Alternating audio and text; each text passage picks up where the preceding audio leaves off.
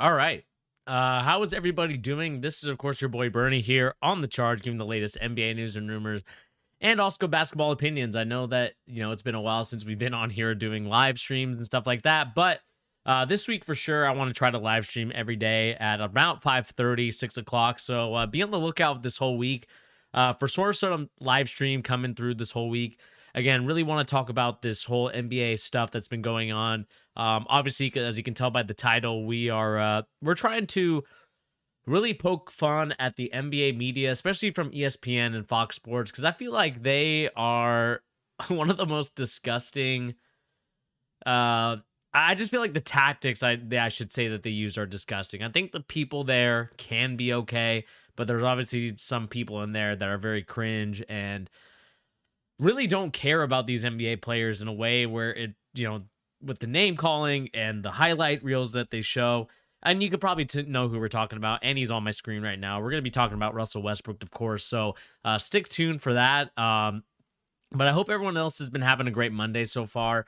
I know President's Day has been kind of going. So hopefully people got the day off, got to enjoy whatever bit of freedom that they had for a little bit before, the realities of work or school or whatever you're doing in life kind of set in. So I hope you guys enjoyed that part of your day, and you can kind of relax and rewind with a little NBA news and rumors. Since there's not going to be any NBA games for a while, let's kind of just get into the news and rumors and basketball opinions. And before we do that, everybody, please remember to hit that like, share, and subscribe button if you're new to the channel. Again, all this stuff helps out the channel tremendously, and it really lets you know that, hey, this is a channel that people mess with and that you want to watch continuously watch the charge, where we have very enlightened discussions. We have a lot of back and forth, I would say. And really it's about topics, not just the ones of the basic, LeBron James, ESPN, verbatim, and Giannis Antetokounmpo and Jokic. Like we're beyond that. We talked about yesterday the CBA, and what it means for young players and veterans. So I hope you guys can check that video out, or that live stream, I should say. That was a fun one to do. And of course, like I said, we're going to talk about more about this Russell Westbrook, which I know a lot of people talked about, but I just want to talk about it from a sense of the NBA media. So without further ado, let's get right into the story. Here we go.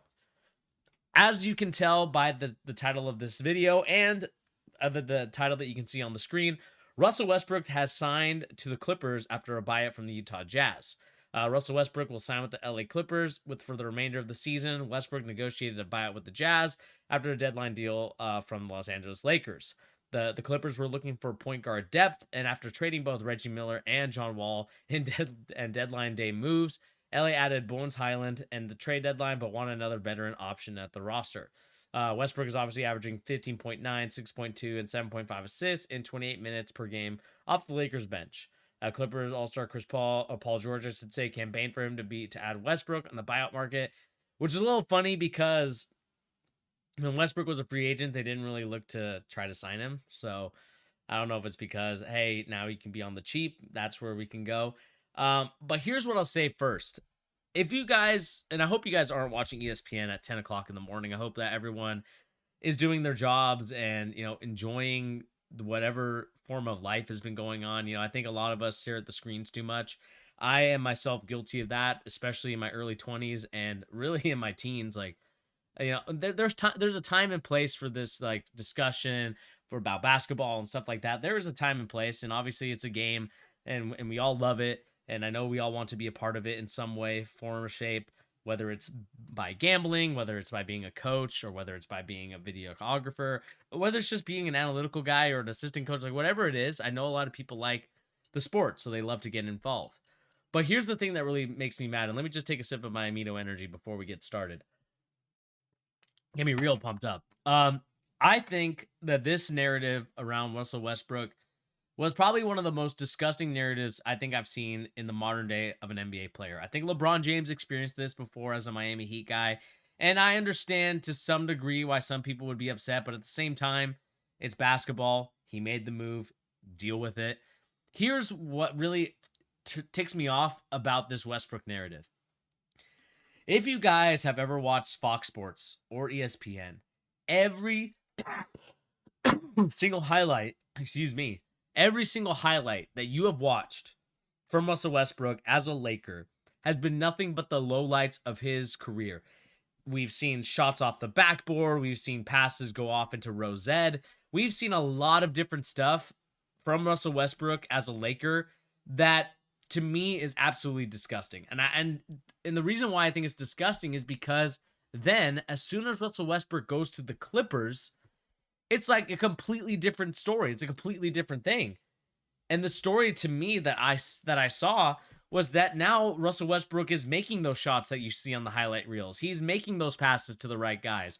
He's attacking the basket the right way and doing a lot of different things. And so to me, when I see that, especially looking at this sort of, yin and yang that the ESPN front office executives and everyone else at Fox Sports as well, to me it's disgusting because he is worth more than that. He is definitely a lot better of a player than the way that they've been treating him. I understand he was not playing up to snuff and was not playing at the level that Laker fans were expecting. I think this is really coming from Laker fans. I don't know if people behind the scenes are big Laker fans, and that's the reason why these Westbrook lowlight reels were coming in. And obviously with the prestige of playing for the Lakers, you are going to get under the microscope a lot. But at the same time, what frustrates me about watching what happened to Westbrook was of the fact that you thought he couldn't play the game of basketball. You thought that he was a guy that should have been kicked out of the league by the way that people were talking about it. And again, not to say that he isn't at fault for some of those mistakes that he did, but at the same time, Russell Westbrook is playing okay. Like he's not going to be the Russell Westbrook that everyone once knew and loved in Oklahoma City. I think that those days are over, where he can average a triple-double with like 30 points per game. And that's okay. Yeah, that's not what they need Russell Westbrook to do, especially as a Clipper. That's not what they want him to do either. But at the same time, that's what the Laker fans and the executives at the front office of Fox Sports and ESPN were expecting Russell Westbrook to be this sort of amazing, yes, this is a game-changing player, but as soon as he didn't play the way that the media wanted him to and everything like that, it's like, oh, like this dude can't play. He's out of the league. Like he should go to the Shanghai Sharks, like all these memes and stuff like that. And what frustrates me the most about it all is that now because he's off the Lakers team, now it's like, oh, well, Russell Westbrook, he's a great signing to the Clippers. I don't know who you're fooling in terms of you literally just bashed this dude 2 weeks ago saying that this dude can't play the game of basketball and saying that he should move overseas and play basketball over there, to now saying that Russell Westbrook is the missing piece to the Clippers title contending run. I need the narratives and I need you guys to keep it real. Keep it real on the mic. Like keep it real when it comes to this stuff. Like there's no reason why the narrative has to change now because he changes teams. Look, Russell Westbrook is an okay player. Not an OKC player. He's an okay player. And that's okay. At the age of 32, 33, yeah, some of the athleticism is not going to be there like it once was in his early 20s. So he has to find a way to reinvent himself and play in a different way, and he's shown that. And I don't know what it is about Clippers. Like there seems to be this love of them and things like that. I don't know if Steve Ballmer's paying ESPN and Fox Sports all this money to keep talking about the Clippers. But I need them to win games first and not blow series the way that they have done the last couple of years. I know that, you have Paul George, you have Kawhi Leonard. You guys should be winning these games. Like, especially the way that you've hyped up and gassed up those two players, especially. Like, the Clippers need to be winning a lot more. But nevertheless, I think what's frustrating to me is that, the media decides for whatever reason that like, oh, Russell Westbrook, he's not very good, or oh, Russell Westbrook, he's the missing piece. Like, keep it consistent in terms of not over analyzing it into a sense where it's like, oh, he's the worst. It's either one way or the other. But really, to me, Russell Westbrook's in the middle. Like, he's an okay player. He does a lot of good things. He does a lot of bad things, and he has his own mind, his own motor, and you're gonna have to learn to accept that that's kind of the player that Russell Westbrook is. Like that is the reality of having Russell Westbrook on your team. Not just saying that he is the missing piece for the Clippers, but he's obviously a solid add to have. And I thought that the Lakers got a little bit better by adding those role players that they got from the trade with the Timberwolves. They got added to their roster. I thought that was a great pickup for them. I thought they added some good depth that they needed, especially with catch and shoot guys. And having D'Lo there is going to be a very interesting kind of fit. I want to see how that kind of works out. And again, I want to talk to my boy Pete and Brad about it because I think that it would be fun to kind of have a back and forth. Because I think we all felt a little different about the trade. Some of us felt like it was a win. Some of us felt like, yeah, it does. It's kind of, in the middle. Like it's not really good. It's not really bad. It just kind of makes them okay. And then some of us thought it was the worst trade of all time. So when they get on, we'll talk about that a little bit more. But yeah, I just kind of felt disappointed with the way that the media. And again, I shouldn't feel disappointed because they've done this for a while now. We all know what they are. If any moment there is to bash a player or to bash anybody, the ESPNs and the Fox Sports are the first ones to take shots at those players. I don't know what it is. Like, I don't know if they're making fun of LeBron James and like his trades, and they're like, oh, well, see, well, look, LeBron James is at fault. Let's see if we can just like pin it on Westbrook. It's like, oh, Westbrook's not playing up to LeBron standard. How do you feel about that? LeBron this, LeBron that. Like, eventually it's got to end, and I know they'll probably do it to another player when LeBron leaves. It's a never-ending cycle for these guys, and I think the sooner the better that these kind of multinational media companies learn that, yeah, we don't really care about your personalities as much. We really care about the sports that you guys have, because really those are the only people that can afford, I should say, the money to pay these contracts so you can watch these games. Obviously we pay League Pass here. Well, everywhere pays League Pass if you want to watch all the games. But yeah, that's kind of what I was disappointed about and why I kind of wanted to start off my video live stream here, just talking about the rant. And really, I'm not really getting too upset about it or like ranting like I usually do, but because it's tiring. It's tiring to just like have ESPN and Fox Sports do a complete 180 on a player when literally, like I said, 2 weeks ago, I'm watching Skip Bayless and Shannon Sharp, seeing it on the Twitter feed of mine, and ESPN just watching it with Stephen A. Smith saying like, oh, Westbrook, it's a great ad to the Clippers. And for ESPN to show these highlights of Russell Westbrook in a Lakers uniform, it's like, you guys couldn't have done that a week ago, and it's like, oh, it's Russell Westbrook's fault all the time. When really, like, let's take a look at the coaching. Let's take a look at some of the substitutions. Let's take a look at some of the stuff that's been going on in the game before we decide, like, yes, this is the right thing to say about it, or no, this is not the right thing to say about it. And so that's where I personally feel frustrated with these type of sports networks, where they have these personalities and medias, especially Stephen A. Smith, who I think is the corniest dude in the NBA media, I should say, or just sports media in general. I'm sure there's even more cornier dudes out there. But I just think he's corny because I don't think he's real on the mic. I think he's fake. I think he does whatever ESPN tells him to do. If ESPN tells him, hey, you need to talk about Westbrook this way 1 week, and then, hey, now he's got traded, let's talk about him in this way. And to me, it feels like a WWE character. Like Stephen A can kind of go be a heel one day and be a face another day. Sorry to all my people who don't know that stuff for wrestling, but it's basically like when Stephen A. Smith can be like a good guy for one player one day and then completely do a 180 on another player. I think he did that with Kyrie Irving, and I think Jay Williams actually called him out on that. And so I'm happy that somebody has a set of cojones to actually call out this player and call out Stephen A. Smith for his absolute shambolic takes. And so I'm hoping that continues to be the narrative and strives for people that are in this industry. Again, I'm a novice, so I'm not going to sit here and be like, oh, I'm going to be the change that it needs. But, I'll talk about it because I think it's important, because I do think it's unfair to these players that there is somebody out there who's not keeping it real on the mic when they should be. So let me know in the comment section down below, what do you guys think about this? I don't want to spend too much time talking about it, but that is kind of my opinion on this whole Russell Westbrook to the Clippers. In terms of just the fit in general, from my opinion, and we'll talk to Pete and Brad about it a little bit later.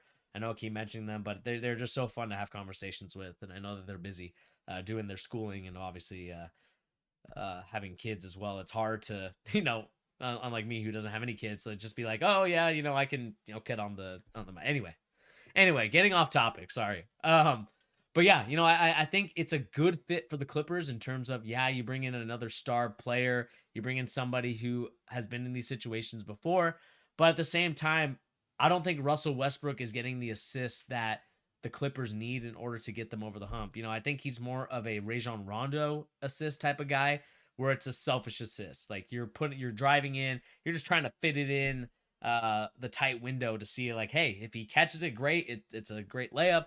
Or hey, he's missing it. Okay, never mind. It's not a great window. And so that to me is kind of where I want to see a little bit more of more growth from Russell Westbrook to, and I think you have seen a little bit of it playing for the Lakers. I think it's definitely been a humbling experience, especially with the way that, like I said, Laker fans have been treating him, the way that the media has been treating him. I'm sure that he definitely will enjoy kind of being a little bit out of the spotlight because obviously with LeBron James, the spotlight is huge, and there's no questions about it. LeBron James is one of the best players in the league and best players of all time. He's gonna gather those I would say the both the positive and the negative of the media. And so I'm glad that Russell Westbrook can kind of step out of that a little bit and see if he can flourish, man, because he was really good in OKC, and I know that the spotlight wasn't always there. But being the second stepchild or whatever you want to say the Clippers are in LA is probably going to be a good thing for him because I think it's going to allow him to kind of fly under the radar and kind of see what they can do. The John Wall move didn't work out. The Reggie Jackson, I think they should have kept. I liked him. I don't know why they got rid of him, but I think it was just to, create cap space for somebody. And I think that adding Bones Highland obviously was a great add as well. So, the Clippers have no excuse this year. I think that they're good enough to at least be in the Western Conference Finals with the roster that they have. But again, I feel like anytime a Paul George team comes to the light, I feel like they always fade out. And so maybe I'm wrong this year. Maybe the Clippers can finally do it. But let me know in the comment section down below and or in this live chat.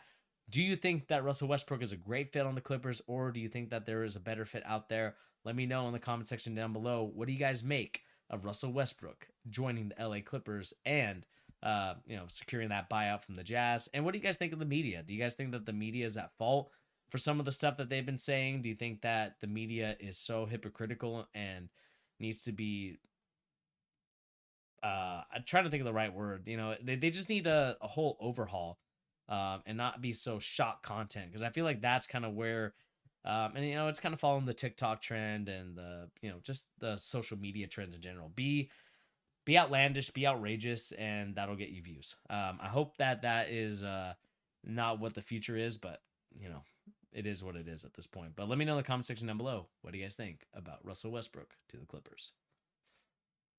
All right. All right, let's move over to our next topic. I want to actually do this.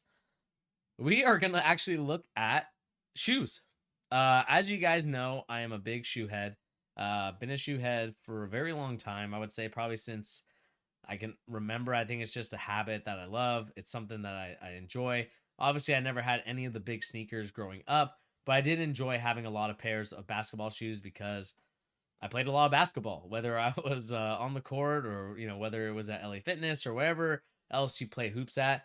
Like that was me, and I kept doing it for the longest time. And so, uh, yeah, it was fun to kind of talk and see what's been going on.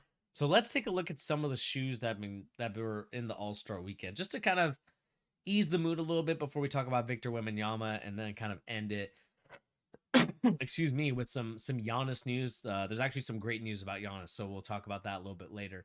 So Ben Stiller in some Air Jordan 4s. That's kind of is what it is. This thing I've been seeing a lot, and I think this was Josh Giddey. We've been seeing the rise a little bit of the Kevin Durant sneaker line. I'll be the first to admit I just bought the KD3s, the all red ones, and those are probably the nicest shoes. I actually just played in them today and the first time. I really enjoyed them. I thought the traction and the grip was amazing. I think the breathability of the shoe in terms of it holds in that sweat and retention. I know it's a lot of gross stuff, so hopefully you're not eating while I'm talking about it. But it is a great shoe, and I think it's something that I want to keep playing in. I think the KD line is actually really good. I think one thing I forget is I actually had these KDs growing up, and I loved these KDs. And so I want to continue to see more KDs come out. I know there's going to be more Kobe's coming out. Kobe's obviously, to me, the forefront of great shoes. And then, of course, we got some Pumas. I believe these are Pumas, if I'm not mistaken. I need to double check. Or maybe these are Li Nings, or maybe. Let me see what these are. See, they don't tell you what the shoe is, which is kind of disappointing. Evan Mobley kind of rocking the Adidas. We got Benedict Mathurin, I believe, in the Dame Lillards. We got De'Aaron Fox in the Currys. These are pretty cool looking Currys. I like these. Matt McClung in some Puma shoes. Obviously, the What the shoes. I think these are the What the. I can't remember if these are the What the, but Sharif O'Neal in the Kobe's. Obviously, you got to enjoy those. DeMar DeRozan in, I believe, these look like Kobe, maybe Kobe ADs, the midsole ones. Jordan Brand for Bam Adebayo, and then Jason Tatum actually just unveiled his shoes during the All-Star weekend. I'm curious to see what you guys think about these. I think they actually look pretty cool. They kind of remind me of the Kevin Durant 15s right now. I think that I would love to see a comparison between the two, and I would love to test these out and see what the tech specs are in on them. And hopefully they're a little bit cheaper. I know John Morant actually had the pop-up shop in Salt Lake City in an actual Ice Cube, it felt like, or what I saw. I know my friend actually bought a pair for his little brother and himself. So I know that was a shoe that released over there. Jaylen Brown in, I can't remember what these are. I think these are just a different pair. I don't know what shoes these are. I think these are Anthony Edwards. I think he's Adidas. I think those are Adidas. Obviously, we got Larry Marketing in the LeBrons.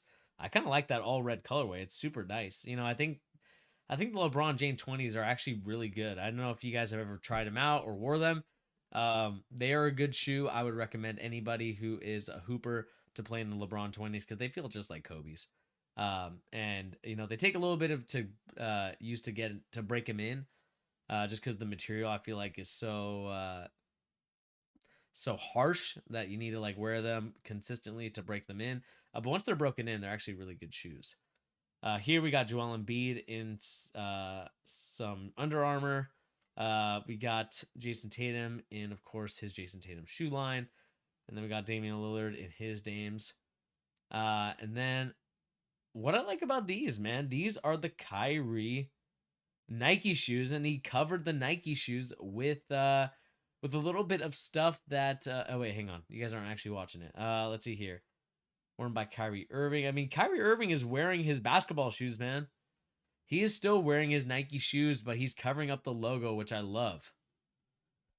The reason why I love that is because there was no reason to me that Nike should have dropped Kyrie. I understand, and I know people are going to get upset with me about it, but I don't think that he necessarily... Again, maybe instead of doing that, have a conversation with him, talk to him about it, and talk to him about why what he said was wrong. But at the same time, there's no reason to do it. And these shoes to me are really cool. If I was able to get a pair, I think these are the Kyrie 8s that never released because for whatever reason, Nike was like, let's not release them. I mean, it is what it is, but those are really cool. And I hope, I hope there's a company out there that will sign him because I think the Kyries in the late 2010s, like the 17, 18, 19, and the early 2020s, like his shoe was the shoe. And so I'm hoping that he gets signed up by somebody because I think that his shoes are obviously tremendous and they hold a lot of history and value to a lot of people that, kind of grew up in the AAU culture and just basketball culture at that time because that was the shoe to get. The Kyrie 1 and 2s and 3s were probably the best, I would say, out of all the Kyries. And so I'm glad that he was able to continue to wear the ones that he wants. And, he takes off the Nike logo, which is nice. And again, these are one of my favorites. If I could get if I can get my hand on a pair of these, I would love it very much just because they look cool. I'm not sure if they would approve and LA Fitness regulations just because the strands of the shoes would obviously get tangled up or get stepped on.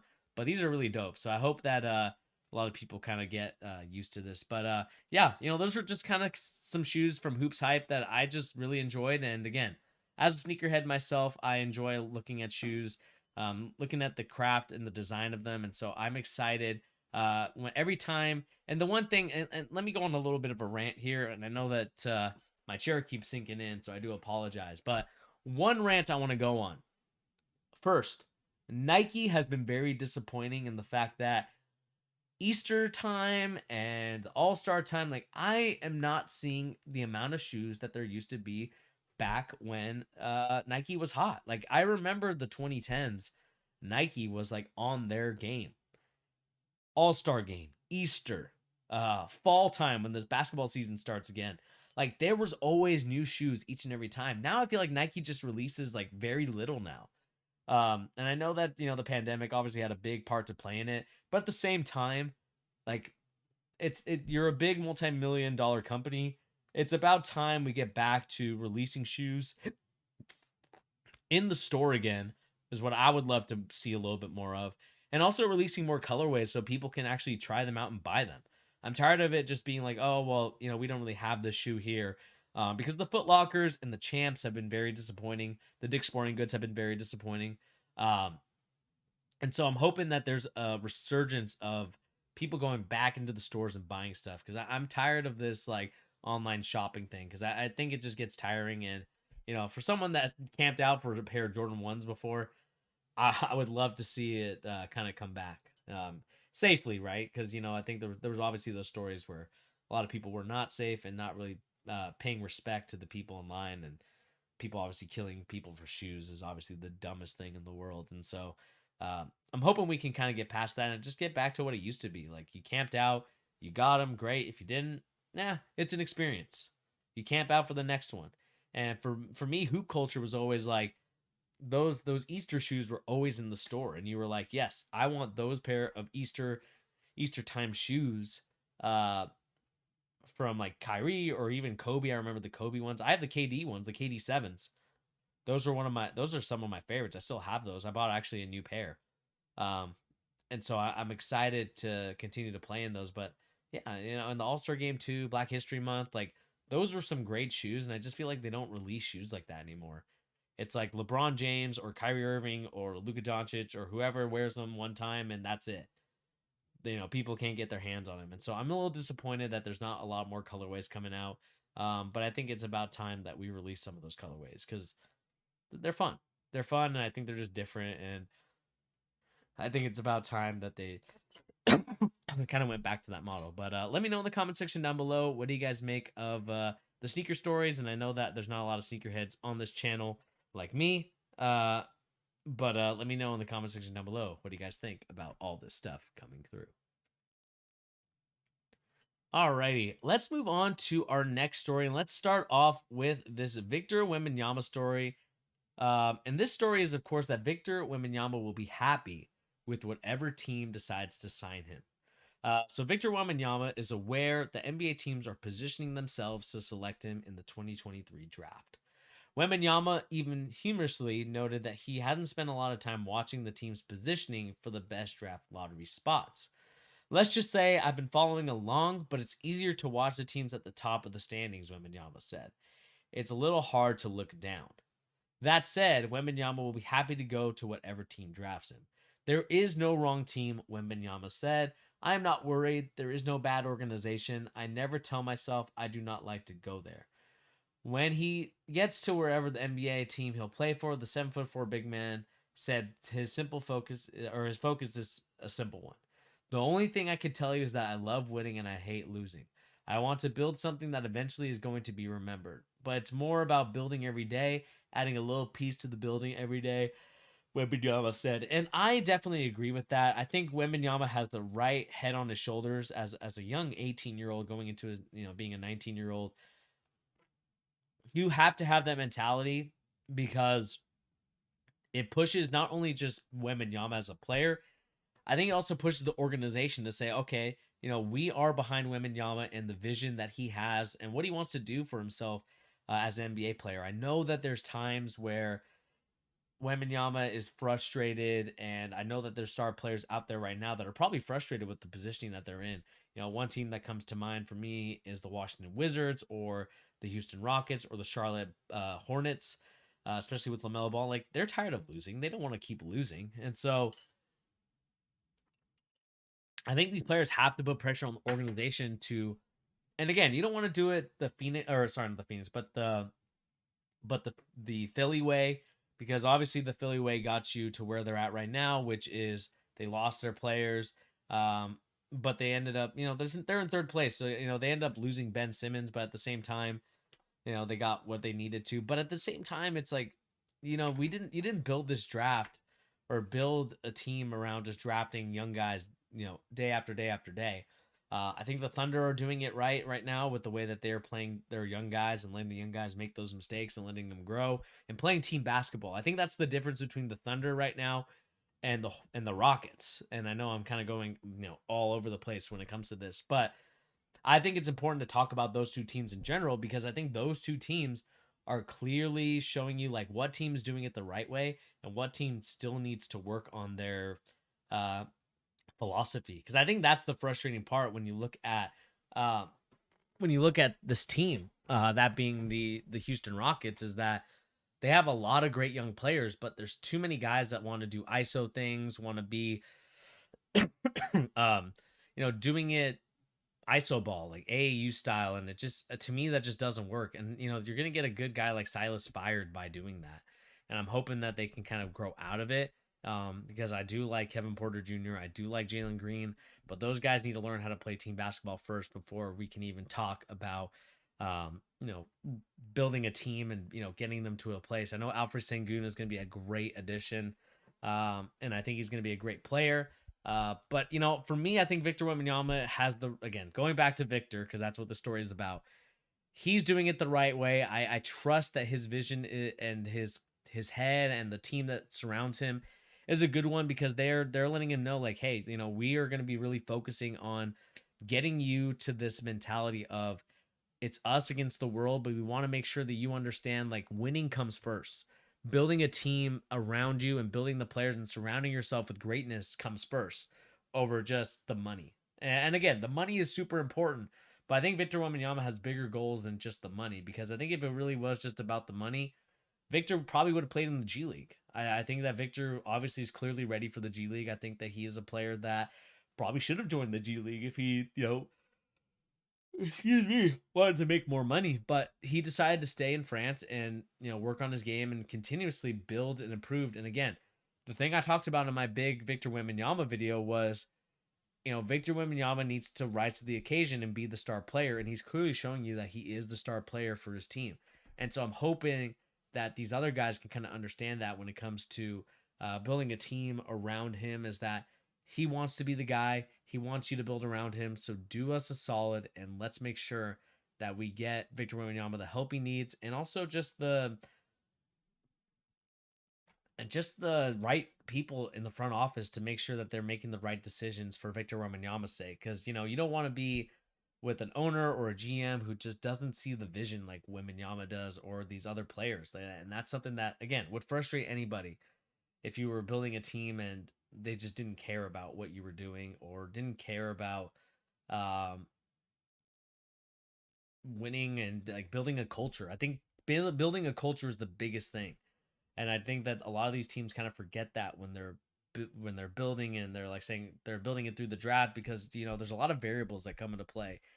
Players are not robots. They have feelings, they have emotions, they make mistakes, but they also do a lot of great things too. And so you can't always count on players doing the right thing and things like that, or you know what I mean, not doing the right thing on and off the court, but more so like doing it on the court.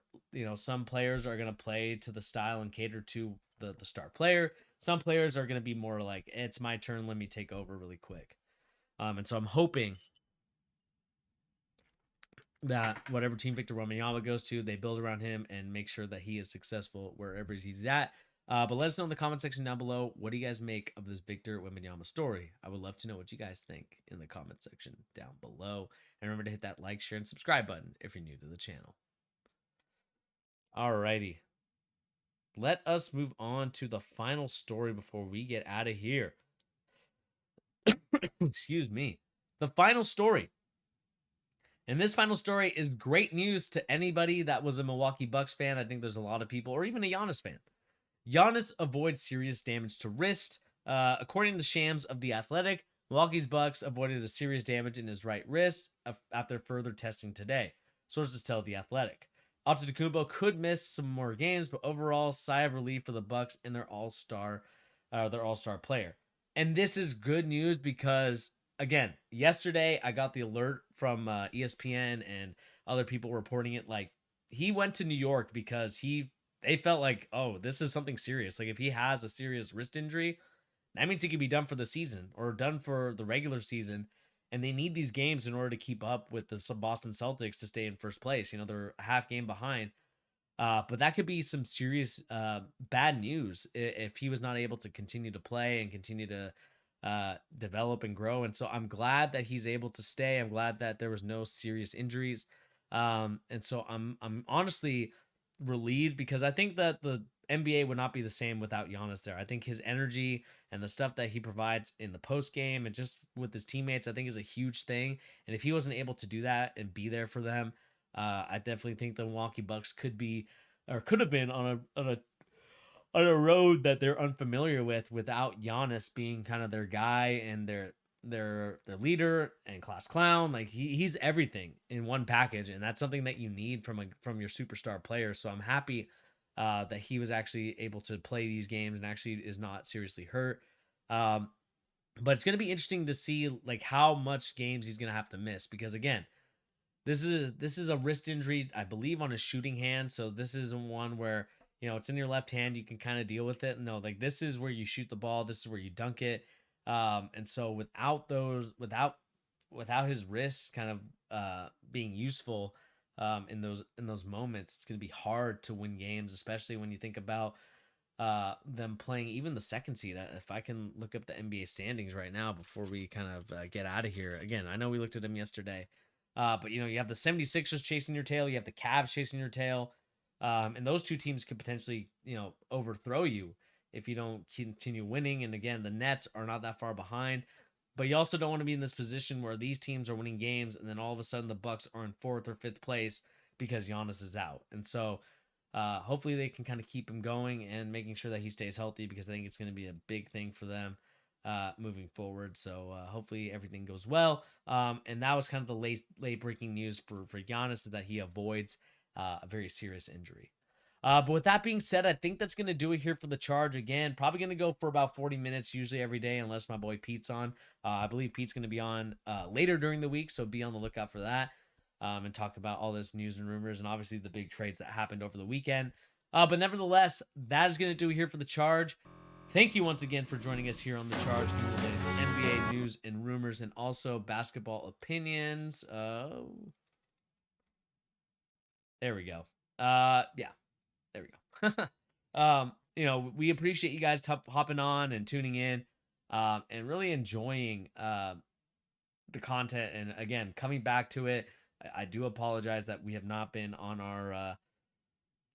Oops, let me end that.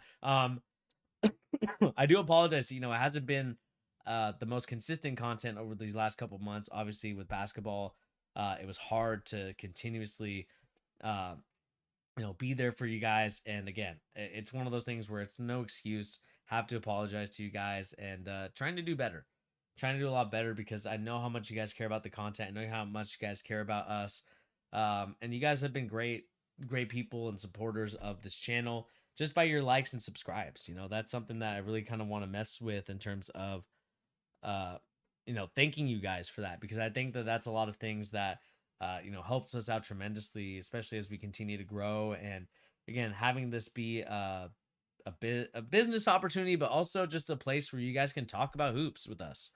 I'm a guy that loves to talk about hoops, whether it's college, whether it's NBA, whether it's high school, like any type of hoop I love. And that's kind of the thing that you'll know about me and kind of get to know about me if you continue following our journey here is that I love hoop. Anything that has a ball in a basket, I'm in.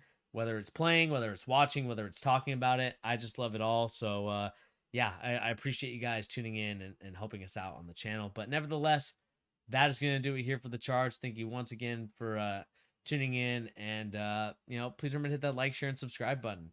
And I hope that everyone has a safe and happy Monday. Hopefully, you guys enjoyed your President's Day weekend, enjoyed your day off. If you people have school, great. If you don't, hope you guys are taking that time off wisely. And we'll catch everybody on the next episode of The Charge. Anyway, guys, like I said, my name is Bernie, and I'll catch everybody on the next episode. That being tomorrow, 5:30 or 6 o'clock. I will let you know with the YouTube short. Anyway, guys, peace.